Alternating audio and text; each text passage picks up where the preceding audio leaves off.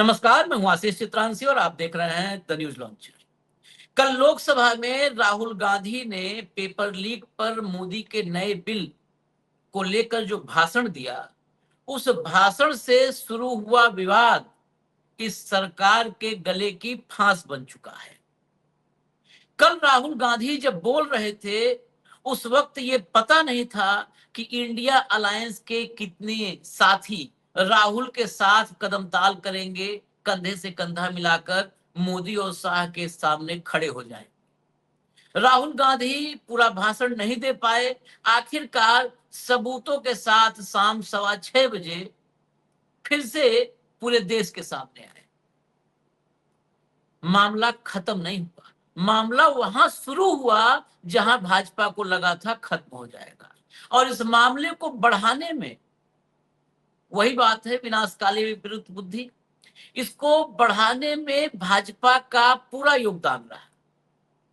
न किरण रिजिजू, जितेंद्र सिंह और संबित पात्रा जैसे बड़बोले लोग मजिस्ट्रेट के आदेश, अमित शाह के आदेश के बीच में फर्क करने की शुरुआत करते, राहुल गांधी को घेरने की जबरन कोशिश न करते, तो शायद हालात इतने नहीं बिगड़ते।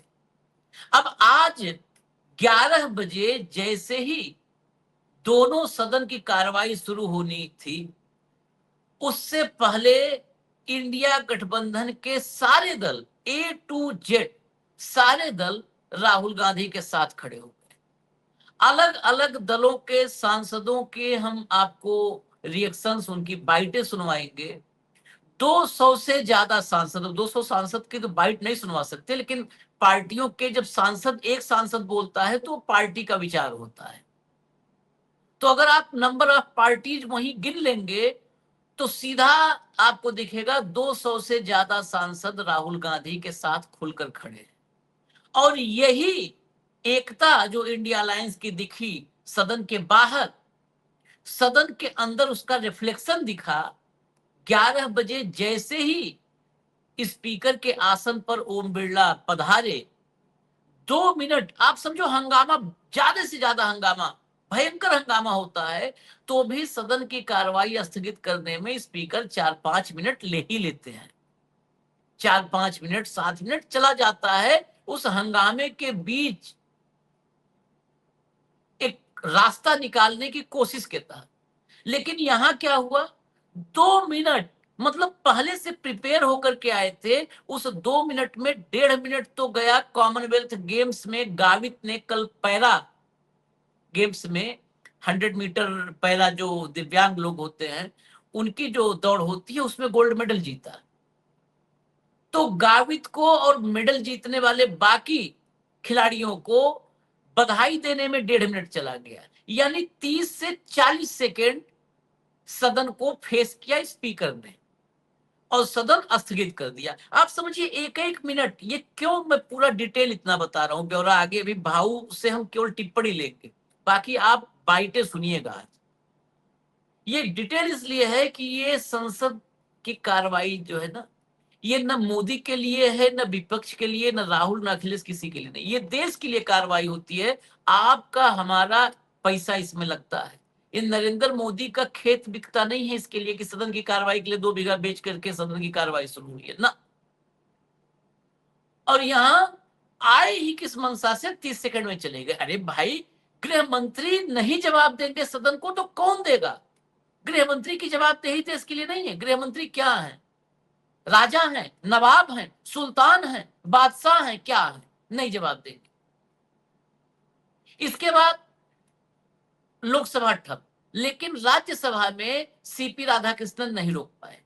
वहां उपनेता प्रमोद तिवारी, जो कांग्रेस संसदीय दल के उपनेता हैं प्रमोद तिवारी, उन्होंने आखिरकार राग छेड़ ही दिया और अमित शाह को सारा नियम कानून बता दिया कि आओ जवाब दो। अब हालात मोदी के सामने और पूरी सरकार के सामने ऐसे हैं कि शाह के इस्तीफे की मांग जोर पकड़ती जा रही है, और मोदी जी जो दिन में 24 घंटे में 24 बार अलग अलग कैमरों से नजर आते थे, अदृश्य हैं। आपने कहीं मोदी को देखा हो तो हमें भी बताइए कमेंट बॉक्स में। अगर पिछले 2 दिनों में देखा हो, 3 दिनों में बिल्कुल गायब। वो रील बनाए थे, उसी के बाद से गायब है लगातार। तब से उस रील में जो नीचे जेनजी ने कमेंट्स किए हैं ना, सुझाव दिए हैं, इनको सुझाव बहुत अच्छे दिए थे, तो सुझाव पढ़ रहे हैं। और उस सुझाव पढ़ने के बाद इस देश के सामने वाकई नहीं आना चाहिए जैसे जैसे सुझाव है। खैर, फिर भूमिका लंबी अगर हो गई तो मैं सीधे कार्यक्रम पर आता हूं। पहले लोकसभा की क्लिप आप देखिए, कितने देर कार्रवाई चली है, देख लीजिए जरा। माननीय सदस्यगण, मैंने कई बार सदन के सभी माननीय सदस्यों से आग्रह किया है, प्रश्नकाल माननीय सदस्य का अधिकार है और प्रश्नकाल के अंदर सरकार की जवाबदेही तय होती है। मैंने ये सदन के माध्यम से भी और फ्लोर लीडरों की मीटिंग में भी आप सबसे आग्रह किया है कि सदन में प्रश्नकाल के अंदर सदन को बाधित नहीं करें। प्रश्नकाल महत्वपूर्ण समय होता है, सदस्यों को सवाल उठाते हैं, सरकार की जवाबदेही होती है।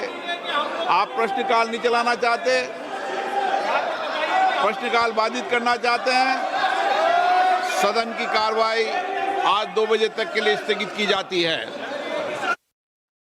अब सुना आपने, कुछ इसमें बताना नहीं है। आप सदन की कार्रवाई नहीं चलाना चाहते हैं, आप प्रश्नकाल बाधित करना चाहते हैं, सदन की कार्रवाई दोपहर 2 बजे तक के लिए स्थगित की जाती है। सिर्फ 3 लाइन थी। एक बार पूछा आप सदन की कार्रवाई नहीं चलाना चाहते, दूसरी लाइन में प्रश्नकाल बाधित करना चाहते हैं, तीसरी लाइन में स्थगित। इतने में क्लियर है कि सरकार क्या चाहती है। सरकार ही नहीं चाहती कि ये सदन चले, क्योंकि सदन चलेगा तो फिर जैसे कल राहुल गांधी ने बताई थी 3 कैटेगरी, वैसे ही सारी कैटेगरियां इनकी सामने आ जाएंगी। अब जरा राज्यसभा दिखा दीजिए, यहां तो बचे, वहां नहीं बच पाए। Rajya Sabha. Honorable members, I have admitted the notice received from Sriman Dr. Jitendra Singh Ji for moving the motion of consideration. I am coming back, please. Consideration of the public examination, prevention of unfair means, Amendment Bill 2026 as passed by the Lok Sabha. Today in Rajya Sabha by grant of waiver under Rule 123 of the Rules of Procedures and Conduct of Business in Council of States, that is Rajya Sabha. Accordingly, a supplementary list of business for today has been issued for taking up this bill for consideration and passing. Honorable members, the copy of the bill as passed by the Lok Sabha was circulated to members electronically through members portal around 3:30 p.m. yesterday. In view of the short time period available to members, I have decided that those members who decide to give notices of amendments to the said bill may do so now till 12:30 p.m. today, so as to enable the Secretariat to process and circulate the list of amendments. सदन में गतिरोध बना हुआ है। विपक्ष लाख प्रयास कर रहा है कि सदन शांतिपूर्वक चले, परंतु ये एक जिद पर अड़े हुए हैं और एक मतलब अब देखिए इस समय क्या हो। आपकी परमिशन से मैं बोल रहा हूँ, आपके परमिशन से मैं बोल रहा हूँ और ये हंगामा कर रहे हैं। मानव देखिए कुछ बात हो जाए। आर्टिकल 75 देख लें संविधान का कि मंत्रिपरिषद उत्तरदायी है सदन के प्रति। हम यही तो कह रहे हैं। अब ये लीजिए, यही तो मैं कह रहा हूं। देख लीजिए, अब मैं खड़ा हूं, परमिशन से खड़ा हूं, संविधान की बात कर रहा हूं और तरुण चुग जैसा senior member please attach to the chair. Sir तो हम साफ कहना चाहते हैं कि मंत्रीगण सामान्यता उत्तरदायी हैं, जवाबदेह हैं सदन के प्रति। यही तो कह रहा हूं मैं और यही भारत का संविधान कह रहा है। तो अगर हम कह रहे हैं कि छात्रों पर लाठीचार्ज हुई, छात्रों पर बुलेट फायर हुआ, तो अमित शाह जी आए और जवाब दें।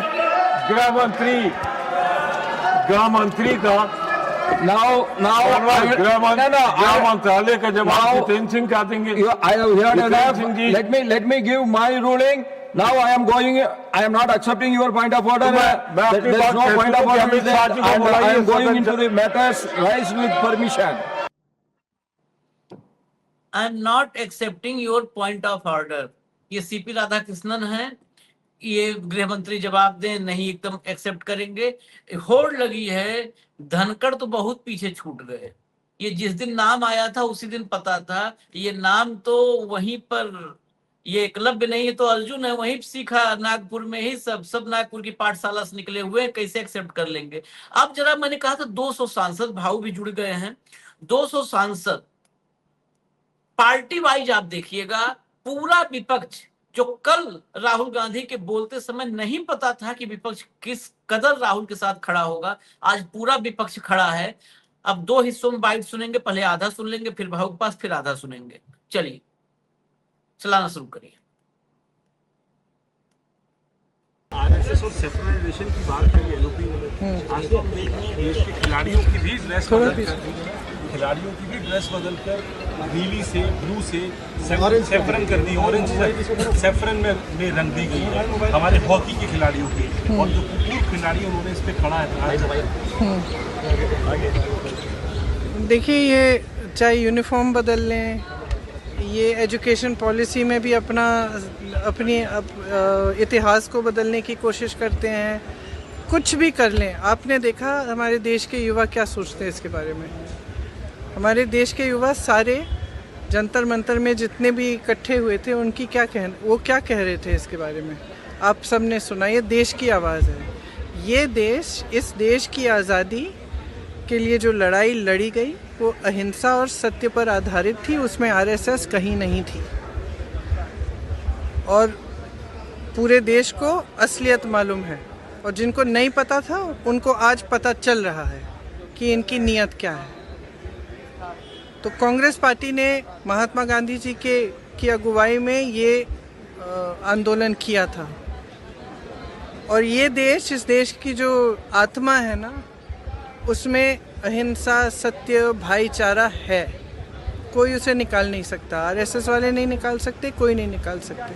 चाहे कितनी भी फूट फैलाएं, कितनी भी हिंसा फैलाएं, कितनी भी घृणा फैलाएं, अंत में इस देश की एक आत्मा है भाईचारे की, आपसी प्रेम की, सबकी एकता की, और वो कोई उनमें से निकाल नहीं सकता। अगली। तो जितने जो पिलेट्स गन के जितने भी जो एडमिट हुए, जितनी चीज़ें आई हैं, ऐसे भी ये जुमलों की सरकार है। झूठ बोलने में मैं समझता हूँ मोदी जी से ले पूरी टीम बहुत ही माहिर है, और जब अपनी जिम्मेदारी से भागती है तो इस प्रकार की चीज़ें बोलती हैं। राहुल गांधी जी ने कल क्या कहा कि अगर लॉ ऑर्डर की बात है, वो किनके जिम्मे, दिल्ली की लॉ ऑर्डर किनके जिम्मे है? डायरेक्टली एचएम के जिम्मे है। तो उनके बारे में उन्होंने अगर बातें कही तो कहाँ पे गलत है? ये हमेशा भटकाव है, हमेशा मूल जो बातें हैं उससे भटकाने का प्रयास करते हैं। और आपने देखा होगा सत्ता पक्ष कल व्यवधान खड़े कर रहे थे, तो ये ऐसा पहली बार देखने को मिलता है जब आपके पास तर्क नहीं होते हैं, जब आपके पास तथ्य नहीं होते हैं, तो इस प्रकार की बातें वो करते हैं। वंदे मातरम बिल भी जो लोकसभा में पेश होगा। चलिए अगले बाइट पे आइए। सिर्फ मुख्य मुद्दे पे रहना है। हाँ, अब रंधावा पे, ये सुखदेव भगत से, अब रंधावा। दिल्ली पुलिस जो है डायरेक्ट होम मिनिस्टर के अंडर है, और बच्चों के ऊपर लाठीचार्ज करना, मेरा ख्याल कि कोई डीएम डायरेक्ट ऐसा डिसीजन नहीं ले सकता। उनको जवाब देना ही पड़ेगा कि किसके कहने पर किया और क्यों किया और कैसे हुआ। ये तो डिमांड है, हमारे भी बच्चे हैं, आपके भी बच्चे हैं, उनके ऊपर लाठी पड़ेगी तो जवाब तो मांगेंगे। अगर कोई चंडीगढ़ में कहे कि डीसी और एसएसपी का है, एडमिनिस्ट्रेटर तो गवर्नर है वहाँ का, वो इन बातों को नहीं डिनाई नहीं किया जा सकता। डायरेक्ट इनकी अमित शाह जी की इन्वॉल्वमेंट है। कपिल सिब्बल अगला। एग्जाम अमेंडमेंट बिल लोकसभा में पारित हुआ, राहुल गांधी जी की कुछ टिप्पणियों को लेकर विवाद उत्पन्न हुआ, क्या कहेंगे इस पर? क्या टिप्पणी की? राहुल गांधी जी ने तो सही तो कहा कि उन्होंने एक छात्र से बात की, उस छात्र ने कहा तो कुछ ऐसे छात्र वो चाहते हैं कि उनको जानकारी मिले, वो और शिक्षित हों, हर सोर्स से जानकारी मिले, वो चाहते हैं कि शिक्षा में सुधार आए, क्वालिटी एजुकेशन मिले। और कुछ ऐसे लोग हैं जो कहते हैं कि ऐसा है कि हमें कुछ नहीं चाहिए, हम तो खुद भगवान हैं, हमें सब मालूम है। और तीसरे ऐसे लोग हैं जो कहते हैं कि हाँ, ये जो कह रही है ये भगवान है, ये सही है, वो अंधभक्त हैं। तो उन्होंने क्या गलत बात की? गृह मंत्री जी को लेकर भी कुछ टिप्पणियां की, उस पर भी गृह मंत्री जी आज के दिन आज तक चुप क्यों है, ये बताइए। इतना बड़ा हादसा हो गया, महिलाओं को मारा गया, कपड़े फाड़े गए, चोटें आई, अस्पताल में दाखिल हैं, गृह मंत्री जी चुप है। और फिर और इनके लोग तो कह रहे हैं, भाजपा के लोग, कि ऐसा कोई पैलेट गन चला ही नहीं। और जब साबित हो गया कि हाँ चला है, फिर भी गृह मंत्री जी को फिर कुछ लोग कह दिया ये तो एसडीएम का कहा हुआ था। अरे भाई, एसडीएम ने कहा हुआ तो इनको बोलना चाहिए ना कि एसडीएम ने गलत किया, एसडीएम को सस्पेंड करो, करना चाहिए ना। इन्होंने वो भी नहीं किया। ऑब्वियसली इनकी सहमति थी, इसलिए सदन में नहीं आते, इसलिए जवाब नहीं देते, इसलिए घर बैठ के सोचते हैं कि शायद ये बात मतलब कि टल जाए। चलिए एक विजुअल दिखा करके भाव के पास चलेंगे, क्योंकि रिएक्शंस अभी तो कपिल सिब्बल समाजवादी पार्टी के समर्थन से आए हुए हैं। इसके बाद टीएमसी से लेकर के उद्धव ठाकरे की पार्टी सब राहुल गांधी के साथ बिल्कुल खुलेआम है कि राहुल ने जो कहा वो सही कहा। ये विजुअल देखिए, सारे सांसद जवाब दो, लाठी गोली की सरकार नहीं चलेगी, नहीं चलेगी, लाठी गोली की सरकार नहीं चलेगी। चलिए अब भाऊ के पास।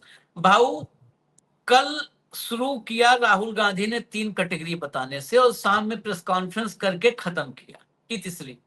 लेकिन भाजपाइयों ने, आजकल भाजपाइयों की बहुत जबरदस्त इनकी खूबी सामने आ रही है। ये पूरे दिन खोजते हैं कि तीर कहाँ उड़ रहा है, पूरे दिन सुबह से निकल जाते हैं, तीर कहाँ कहाँ उड़ रहा है। इन्होंने संबित पात्रा, रिजिजू, जितेंद्र सिंह ने जो कहानी शुरू की कि अमित शाह नहीं देते आदेश, फलाने देते हैं, ढिमकाने देते हैं, वो करते करते ये नौबत यहां तक पहुंचा दी कि अब अमित शाह डायरेक्ट फंस गए। अब अमित शाह कहीं से नहीं बच रहे हैं। अब इस सिब्बल साहब ने क्या कहा, एसडीएम ने गलती की तो वही आके बोल दो, आओ तो वही बता दो कि एसडीएम ने गलती की, उसको सस्पेंड हम कर रहे हैं, वो तो बता दो। बिरला साहब, आपने विजुअल पहले में चलाया था, बिरला जी 30 से 40 सेकंड में लोकसभा से उठ के चले गए, स्थगित करके 2 बजे तक के लिए, सीधा शून्यकाल भी नहीं, सीधा 2 बजे तक के लिए स्थगित करके चले गए, क्योंकि बिल वाला काम कल हो गया है। अब क्या जरूरत है, अब सदन चलेगा तो इनकी पोल खुलेगी, स्थगित कर दिया। राज्यसभा में प्रमोद तिवारी ने मामला उठाया तो राधाकृष्णन ने कहा कि हम एक्सेप्ट नहीं कर रहे हैं आपका पॉइंट ऑफ ऑर्डर। और मोदी जी अदृश्य हैं, पिछले 2 दिन से किसी ने नहीं देखा मोदी जी को। मैं तो ये कहता हूं कि ठीक है, जवाबदेही नहीं है गृह मंत्री की, नहीं नए कानून के तहत, नए सिस्टम के तहत, तो फिर यही सिस्टम पुराने जमाने में क्यों लागू नहीं था? संविधान तो वो है, पार्लियामेंट्री प्रोसीजर भी वही है, पार्लियामेंट के नियम भी वही है, कोई बदलाव नहीं हुआ है 2014 के बाद। तो 2014 के पहले क्या राजीव गांधी ने बोफर्स खरीदने के लिए पैसे लेके गए थे बैंक में खुद? क्या उन्होंने उस ऑर्डर पे साइन किया था? राजीव गांधी को बोफर्स के नाम से क्यों बदनाम किया गया? इंदिरा गांधी ने साइन नहीं किया था इमरजेंसी पे, राष्ट्रपति ने किया। इंदिरा गांधी को क्यों बदनाम किया जा रहा है? मुलायम सिंह ने गोली मारने के आदेश नहीं दिए थे, क्यों जिसने आदेश दिए थे वो आज राम मंदिर ट्रस्ट में अपना सगा बना हुआ है? फिर तो इसके लिए कोई दोषी है ही नहीं, किसी भी चीज के लिए दोषी नहीं है, फिर तो कार्यपालिका ही दोषी है। विधायिका तो कोई काम ही नहीं ना विधायिका का, वो तो नीति निर्धारण करते हैं, आदेश देते हैं, लेकिन नीचे जो क्रियान्वयन है वो कार्यपालिका का है। तो कार्यपालिका है कोई सही, आप जिसने आदेश दिए उस मैजिस्ट्रेट पे एक्शन नहीं लोगे, आप खुद जवाबदेही नहीं करेंगे। ये तो मूर्खतापूर्ण काम है कि मैजिस्ट्रेट ने जब वहां पे बच्चों का आंदोलन हुआ तो क्या उसके लिए कोई मंत्रालय में जब दिल्ली पुलिस की और इसकी सबकी गृह मंत्री काय के लिए मीटिंग ले रहे थे? क्यों रात को कमिश्नर बदला? कमिश्नर कौन बदलता है? अब आप कहिए कि कमिश्नर एनजी ने बदला। दिल्ली जैसे जगह पे यदि कमिश्नर नहीं बैठा तो क्या अमित शाह मात्र अपने बेटे के करियर क्रिकेट में ही इन्वॉल्व है, उनको कोई लेना देना नहीं देश में क्या चल रहा है। किस हैसियत से वो चुनाव में कहते हैं कि मैं घुसपैठियों को नहीं आने, घुसपैठियों को निकाल के रख दूंगा? किस हैसियत से बोलते हैं? घुसपैठियों को निकालने का काम गृह मंत्रालय का है क्या? किस हैसियत से नरेंद्र मोदी कहते हैं कि पेपर लीक नहीं होगा? पेपर छपवाने से लेकर बच्चों तक बंटवाने का काम नरेंद्र मोदी खुद खड़े होकर करते हैं क्या? किस हैसियत से आप कहते हैं फिर ये सारी बातें? आप सदन में बोल दीजिए ना कि घुसपैठियों का काम अलग डिपार्टमेंट का है, ज्वाइंट सेक्रेटरी लगाए उसके लिए, एक एडिशनल सेक्रेटरी लगाए उसके लिए, इमिग्रेशन डिपार्टमेंट है उसके लिए, वो देखेगा। उसमें गृह मंत्री क्या करेंगे? किस अधिकार से बोलते हैं कि मैं घुसपैठियों को नहीं आने दूंगा, घुसपैठियों को निकाल के रख दूंगा? किस अधिकार से बोलते? किस अधिकार से बोला नरेंद्र मोदी जी ने कि मैं महंगाई कम करूंगा 2013 में? किस अधिकार से बोला? महंगाई कम करना प्रधानमंत्री का काम है कि वित्त मंत्री का काम है? और वित्त सेक्रेटरी का काम है, सेक्रेटरी बैंकिंग का काम है, आरबीआई का काम है। किसका काम है? उन सारे कामों का हवाला देने वाले ये कौन? किस अधिकार से बोल रहे? देश में अराजकता में हो जाए और कहे कि गृह मंत्री का काम नहीं है, तो फिर किसका काम है? तो गृह मंत्री क्या भजन कर रहे हैं घर बैठ के? प्रधानमंत्री गुफा में परमानेंट जाके अपना मेडिटेशन करे ना, देश को मुक्ति मिल जाएगी।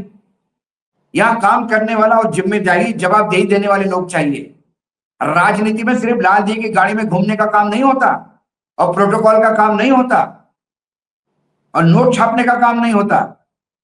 राजनीति मुख्यतः जवाबदेही है, और पार्लियामेंट के प्रति पूरी सबकी जवाबदेही है। पार्लियामेंट में पेश किया जाए उस मैजिस्ट्रेट को, इसके बाद मैजिस्ट्रेट और तहसीलदार ही पेश होंगे पार्लियामेंट में, क्योंकि जवाबदेही उनकी है, उन्हीं की है। फिर ये सिर्फ कपड़े पहन के घूमने के लिए है, भाषण देने के लिए, और टैक्स पेयर्स का करोड़ों रुपए खर्चा करवाएंगे इनके ऊपर। 5-5 एकड़ के बंगले में रहते, कितने रहते भाई? 100-100 गाड़ियों का काफिला लेके घूमते, किस बात के लिए? जब तुम्हारी कोई जवाबदेही नहीं है, तुम कोई ऑर्डर भी नहीं दे सकते, गजब का मामला है। तो फिर धर्मेंद्र प्रधान का भी इस्तीफा नहीं लेते। उसने थोड़ी पेपर लीक करवाए थे, वो थोड़ी गया था पेपर बांटने 15-15 लाख रुपए लेकर, लेकिन जवाबदेही थी। अरे का इस्तीफा मांग रहे थे आप, पूरे सरकार का इस्तीफा मांग रहे थे, हेमंत विश्व शर्मा का इस्तीफा मांग रहे थे आप, आसाम गवर्नमेंट का इस्तीफा मांग रहे थे। ये तो रोज इस्तीफे मांगते थे सुबह उठ के। तुम आए दिन जरा कुछ बंगाल में होता तो ममता दीदी का इस्तीफा मांगते थे। किस बिना पे इस्तीफा मांगते हो? इस्तीफा मांगते समय अलग मापदंड, इस्तीफा देने का टाइम आया तो अलग मापदंड, जवाबदेही नहीं है तो किसके लिए बैठे हैं यहां सदन में? सदन में करोड़ों रुपए का रोज का खर्चा है, किस बात से? जब मंत्रियों की जवाबदेही नहीं है तो सदन बंद करो ये नौटंकी। रोज का करोड़ों रुपए का खर्चा है लोकसभा और राज्यसभा चलने का। मिनटों में देता है, खर्चा है, मेरा गरीब किसान देता है, मेरा मजदूर देता है, मेरा मजदूर जो 200 रुपए दिहाड़ी करता है वो भी जीएसटी देता है सामान खरीदता है। तो ये तो हमारे खून पे जीने वाले जू है, खून चूस रहे हैं। सदन की कार्रवाई में 1 मिनट में मिनटों में जितना खर्चा होता है, इस देश का मेहनतकश गरीब आदमी पूरी जिंदगी में नहीं कमा पाता उतना, जितना वहां मिनटों में फूक जाता है। जिंदगी में नहीं कमा पाता, ये हालत है। जरा बाइटें कुछ और भी हैं, वो भी सुनवाते हैं फिर आगे, क्योंकि है रिएक्शंस हैं और अलग अलग पार्टियों के हैं। इसमें सम्मिलित पूरा विपक्ष अब राहुल के साथ है। चलाइए। Ordered police action in Delhi. Who ordered firing in Delhi against students? We need an answer from the Home Minister of India. Why Home Minister of India running away from the Parliament? He is running away from the Parliament, and you are not even allowing LOP to speak. Lok Sabha Rahul Gandhi को बोल रहे हैं कि आपका इस define में लोकसभा नहीं चलेगा। नहीं, कोई विवाद नहीं है। विवाद तो बीजेपी वाले जानबूझ के खड़े करते हैं। वो बोल रहे थे, अरे भाई आप पावर में हो, आप उसका जवाब दे दो। अगर कोई फैक्चुअली इनकरेक्ट बात आ जाती है तो आप उसका जवाब दीजिए। डेमोक्रेसी तो यही है। अनफॉर्चुनेट पार्ट क्या है, क्योंकि वो उस दिन फोर्स बहुत ज़्यादा यूज हो गई। इनको आज समझ नहीं आ रही कि उसका क्या जवाब देंगे, तो उसको स्कटल करने के लिए उनको बोलने से रोका गया। इसलिए है, इनके पास क्या जवाब है। पैलेट गन्स वाला तो बच्चे राहुल जी ने प्रेस के सामने पेश किए। चोटें लगी हुई है, एक आदमी की आंख खराब हो रही है, तो क्या बात करते हैं भाई, बताओ ना कि हम ये कार्रवाई करेंगे, वो करेंगे। डेमोक्रेसी तो चर्चा की है ना। ये तो चर्चा चाहते नहीं है, चाहते हैं कि बस हमारी दादागिरी चलते रहे, चर्चा वर्चा मत करो। दादागिरी। अगला लाइए, सौगत राय, टीएमसी। मैं तो सपोर्ट करता हूँ इस बारे में राहुल गांधी को। जो बोला है ठीक बोला है, इसको कोई सवाल ही नहीं उठता माफी मांगने का। माफी मांगने का कोई सवाल ही नहीं उठता। राहुल गांधी ने जो बोला है ठीक बोला है। टीएमसी। आगे चलिए, जेएमएम, महुआ माझी। Rahul Gandhi ji actually opposition leader हैं और उनको अपने देश के छात्रों की भावनाओं को यहाँ व्यक्त करना होता है। देश में जो कुछ भी चल रहा है, छात्रों का भविष्य निश्चित हो गया है, ऐसे में वो कोशिश कर रहे होंगे कि उनकी भावनाओं को यहाँ व्यक्त करें। और लोकतंत्र की यही खूबसूरती होती है कि जनता की आवाज़ बनते हैं अपोजिशन के लोग। उसी क्रम में उन्होंने कुछ बातें कही, हो सकता है शब्दों में कुछ लोगों को अच्छा नहीं लगा या जो भी हो, कोई ज़रूरी नहीं कि हमेशा जो भाव है वो सही तरीके से व्यक्त हो। कई बार लोग गलत समझते हैं, कई बार मुंह से कुछ वाक्य इधर उधर भी हो जाते हैं। अब वो क्या सोच के बोले मैं नहीं जानती, पर विवाद इसमें इस तरह से नहीं होना चाहिए, क्योंकि लोकतंत्र में अगर बोलने की छूट नहीं होगी तो फिर कहाँ होगी। सदन के अंदर ही तो कोई बोल सकता है। चलिए, उज्जवल रमण सिंह, कांग्रेस सांसद। राहुल गांधी कह रहे हैं कि गृह मंत्री अमित शाह ने जो है गोलियां चलवाई, लेकिन बीजेपी की ओर से कहा गया है कि इस तरह का कोई भी निर्णय गृह मंत्री की ओर से नहीं दिया गया था। वहां पे मौके पे जो मौजूद अधिकारी हैं उन्होंने चलाया और पैलेट गन नहीं चले, आंसू गैस के गोले चले हैं। पैलेट गन जो चला है उसका तो प्रमाण दिया है। जिस बच्चे को लगा है वो मीडिया के भी सामने आया है। और दूसरी बात, दिल्ली पुलिस किसके अधीन है?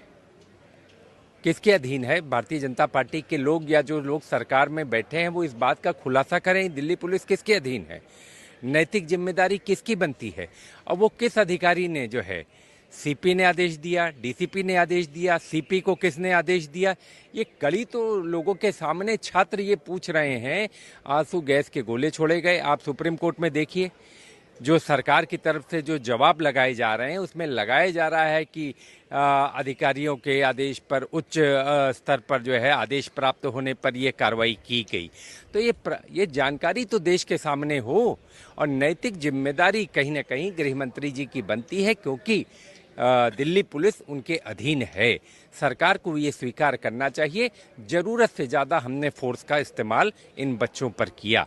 ये कोई उपद्रवी नहीं थे, ये कोई आतंकवादी नहीं थे। AK-47 चलाना कोई सामान्य बात है। जिस तरीके से बिहार में पटना की घटना सब लोगों ने देखा है, ऐसा नहीं कि मीडिया से छुपा हुआ है, लोगों से छुपा हुआ है। और खाली राहुल गांधी जी उसको ला रहे हैं। राहुल गांधी जी जो बोल रहे हैं, जो पब्लिक डोमेन में जो वीडियो उपलब्ध हैं, जो बच्चों ने उनको बातें बताई हैं, उस आधार पर, उस तथ्यों पर बोल रहे हैं। अगर सरकार उन तथ्यों को नकारती है तो तथ्यों के पर जवाब देना। वो तो सिर्फ एक सिरे से चीज़ों को खारिज कर रहे हैं। ये तो उपहास उड़ाते हैं, मजाक उड़ाते हैं उन बच्चों का कि आपने आंदोलन किया। मजाक उड़ाने से देश नहीं चलेगा। देश गंभीरता के साथ चलेगा कि ऐसी घटनाएं जो हो रही हैं ये लोकतंत्र के लिए अच्छा नहीं है। सैयद नासिर हुसैन।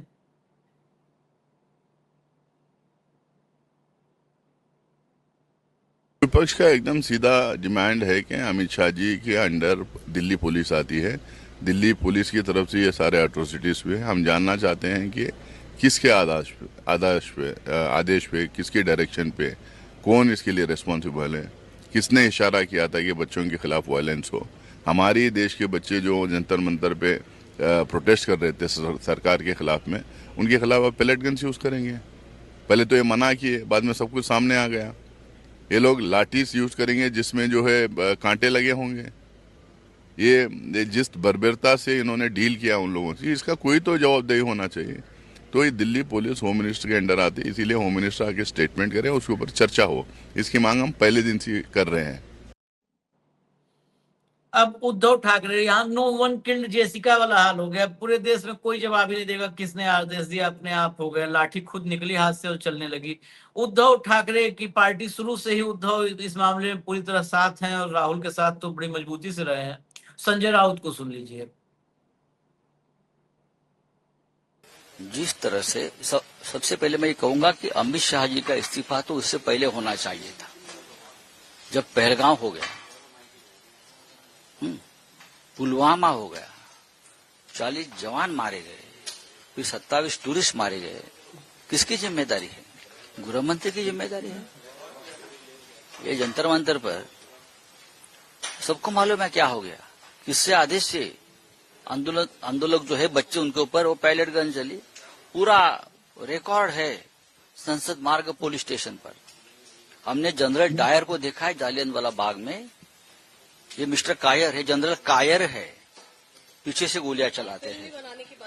हाँ, फिल्म मुझे तो लगता है कि बहुत सी फिल्में बनती है ना ये बीजेपी के फेवर में, कश्मीर फाइल, ताशकंद फाइल। तो मैं भी एक फिल्म बनाऊंगा, लापता गृह मंत्री।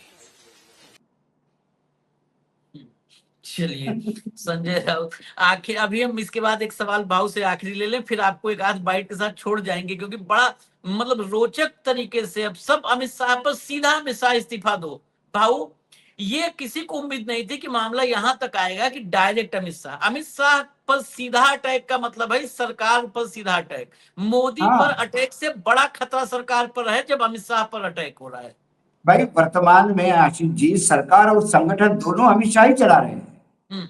प्रधानमंत्री सिर्फ चेहरे हैं नाम के, फ्रंट फेस, और कुछ नहीं। सारे डिसीजन अमित शाह ले रहे हैं। और ये आशंका याद होगा, आपने कार्यक्रम किया था जब राहुल गांधी ने लेटर लिखा था जवाबदेही गृह मंत्री की है करके।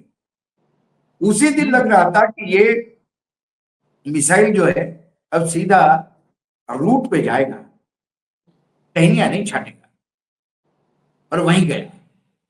और ये जितने दिन इसको अवॉइड करेंगे, जितने दिन इसको जस्टिफाई करने का प्रयास करेंगे कि गृह मंत्री का इन्वॉल्व नहीं है, उतने ही दलदल में फंसते हुए जाएंगे। क्योंकि सुप्रीम कोर्ट ने भी अराजकता हुई, अमानवीय काम हुआ, ये सुप्रीम कोर्ट ने भले ही शर्मा शर्मे में कहा होगा, लेकिन कहा, सरकार को बचाने के लिए कहा, लेकिन कहा, जेएनजी को थोड़ा सा सॉफ्ट कॉर्नर लेने के लिए कहा होगा, लेकिन कहा। लेकिन रिकॉर्ड पे तो है, उन्होंने तो कहा है कि ये बहुत गलत हुआ है। तो गलत हुआ तो जवाबदेही किसकी? मैजिस्ट्रेट की, उस पुलिस के लठ मारने वालों की। वहां तो कुछ पुलिस वालों के कोर्ट भी है।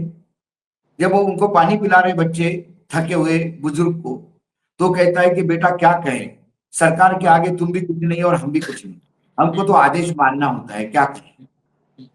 उन्होंने भी मन मार के आदेश माना है। तो ये आदेश किसने दिया? ये जो रात को रातों रात पुलिस कमिश्नर बदल के जो जल्लाद लाए नया, तभी लग रहा था कि ये ब्रूटली अटैक करेंगे, तभी। नहीं तो बच्चों के ऊपर पैलेट गन लेके जाने का इशू ही कैसी होती है? पैलेट गन, सवाल वो है सबसे पहले। वो कोई नेम प्लेट है क्या? वो तारा है इस पर, वो सा ड्रेस के साथ ही आ गई थी। पैलेट गन इशू हुई थी राइट्स कंट्रोल के लिए, इलेक्ट्रिकल गन इशू हुई थी राइट कंट्रोल के लिए, जबकि एसओपी कहता है कि ये नहीं होना चाहिए यूज। तो एसओपी का उल्लंघन करके ये किसने किया? किस ऊपर से? मैं नहीं कहता हूं कि उन्होंने बोला होगा कि इतने फायर करो, उतने फायर करो, लेकिन बोला होगा जितने कड़ाई से बर्बरतापूर्ण निपटाना है निपटाओ। इनका इलाज कर दो बस, जैसे इनका इलाज कर दो। इलाज हो गया, इलाज सरकार का हो रहा है। अभी परेशान है। अब असल में ये पूरा जब कमिश्नर की नियुक्ति, अब चर्चा तो इस पे भी होनी चाहिए। एक इतने बड़े एजिटेशन में आपने कमिश्नर बदला, ये सामान्य नहीं था। वो कमिश्नर सीनियरिटी में बहुत लोगों को सुपरसीड करके आया। वो गोलचा से 3 साल जूनियर था, 3 साल सीनियर को वो रिप्लेस करने आया। वो आईबी में था, कोई एलजी नहीं नियुक्त करता है। एलजी को क्या पता कि किसको हमको लाना है? एलजी की थोड़ा होम मिनिस्ट्री में चलती है। आईबी से इंटेलिजेंस ब्यूरो के अफसर को दिल्ली का कमिश्नर बनाना है, लेकिन होम मिनिस्ट्री उसको अप्रूव करती है, वहीं से अप्रूवल होता है। अधिकारी स्टेट के डीजी भी अप्रूव होते हैं होम मिनिस्ट्री से। हाँ, नहीं, स्टेट में तो फिर भी स्टेट के डीजी में भाऊ यहाँ भी बड़ा एक बारीक सा है। स्टेट की जो सरकार होती है उसको पता होता है कि हमारा कौन सा आईपीएस है, किसको रखना है, वो कर दिया, रिकमेंडेशन आता है। एलजी को क्या पता आईबी का कौन सा अफसर हमको लाना है? एलजी क्या जानता है? एलजी आईबी क्या जानेगा? एलजी सीबीआई क्या जानेगा? एलजी एनआईए क्या जानेगा? Who is LG? वो दिल्ली के अलावा क्या जानता है कि आईबी का हमको लाना है एक अफसर, अनुराग कुमार है, उसको नियुक्त करेंगे। आईबी का अफसर एलजी के अधिकार क्षेत्र से बाहर है। आईबी का अफसर होम मिनिस्ट्री उसको भेजी कि जाओ तुम रहोगे कमिश्नर। एलजी का तो एलजी खाली जो नियुक्ति के बाद एलजी रिपोर्ट ले सकता है कि भाई देख लो कानून व्यवस्था बिगड़ रही है, कुछ नहीं। ये सब नियुक्ति वहीं हुई थी। खैर इजाजत दीजिए, हमें वक्त हो गया इसमें, लेकिन अभी जाते जाते भी, वक्त होने के बाद भी हम एक आध बाइटें हैं उनको सुन लीजिएगा जो सुनवा रहे हैं, क्योंकि ये गोली कांड मुसीबत बन गया है गृह मंत्री का। गृह मंत्री को भी शायद जो उनको सन 99-2000 से गुजरात से यहाँ तक का सफर था, उनको लग रहा था कि कोई उनके रास्ते में नहीं बाधक बनेगा, लेकिन अब उनके रास्ते में बहुत बड़ी दीवार खड़ी हो गई है विपक्ष की। तो इजाजत दीजिए हमें। धन्यवाद भाऊ, बहुत बहुत धन्यवाद, नमस्कार। हैं या फिर उन नेताओं ने जिन्होंने आम सभाओं में और दूसरी जगह पर माननीय मुलायम सिंह जी को बदनाम किया था कि राम भक्तों के ऊपर उन्होंने गोली चलाई थी, जबकि नृपेन मिश्रा उस समय गृह सचिव थे यूपी के, उन्होंने कहा कि उन्होंने चलाई थी। लेकिन बीजेपी ने मुलायम सिंह जी को बदनाम किया। और यदि बीजेपी के आंखों में मुलायम सिंह जी ने गोलियां चलवाई थी, तो फिर यह बताएं कि यहां पर हम क्यों नहीं अमित शाह का इस्तीफा मांगे कि उन्होंने गोली चलवाई थी। पेलेट गन जो एक घातक हथियार है, जो जम्मू कश्मीर में चला था और उसके बाद उसका अंतर्राष्ट्रीय स्तर पर बड़ी ही बदनामी हुई थी भारत की, उसी प्रकार से इस स्टूडेंट्स एजिटेशन में जो पेलेट गन्स चले उससे भी बदनामी हुई। इसलिए बीजेपी वाले ये जवाब दें कि क्यों ना माने हम कि अमित शाह के ही आदेशों के ऊपर पेलेट गन चले थे, क्योंकि बिना मंत्री को बताए हुए ऐसे कदम नहीं उठाए जा सकते। इसलिए इसका जवाब दें। यदि आपने मुलायम सिंह जी के ऊपर गलत आरोप लगाए और उनको आप सही मानते हैं, तो अमित शाह ने गोली चलाए और उनके आदेशों पर हुआ, यह क्यों नहीं मानते? इसलिए दोनों में से एक तय करना पड़ेगा क्या सही है। जितेंद्र सिंह जब न्यू एजुकेशन जो लीक हुई, उसमें बोलते हुए बोला कि राहुल गांधी को पहले लग रहा था कि ये जो सीजेपी प्रोटेस्ट है वो किसी और पार्टी के थ्रू मतलब बनाया गया। पहले वो जा नहीं रहे थे, बाद में उन्हें फोमो हो गया, फियर ऑफ मिसिंग आउट, तब वो जाते हुए अटेंड करना शुरू किया। उन्होंने ये मुद्दा उठाया। बोलने दीजिए ना, आपको तो मालूम है कि बीजेपी झूठ फैलाने में तो बहुत जबरदस्त है। हमारा जो धर्म है उस धर्म के बारे में गलत भ्रांतियां इन्होंने फैलाई हैं, झूठ बोलते हैं। 2G में इन लोगों ने बखेड़ा खड़ा कर दिया, सारे लोगों को कोर्ट ने बिना किसी सजा के बरी कर दिया। कॉमनवेल्थ गेम्स में वही हुआ। अभी मनमोहन सिंह जी के ऊपर केस इन्होंने लगाया था, उनसे बड़ा ईमानदार प्रधानमंत्री देश में नहीं हुआ। जिस प्रकार से देश को कहां तक ऊंचाई पर ले गए,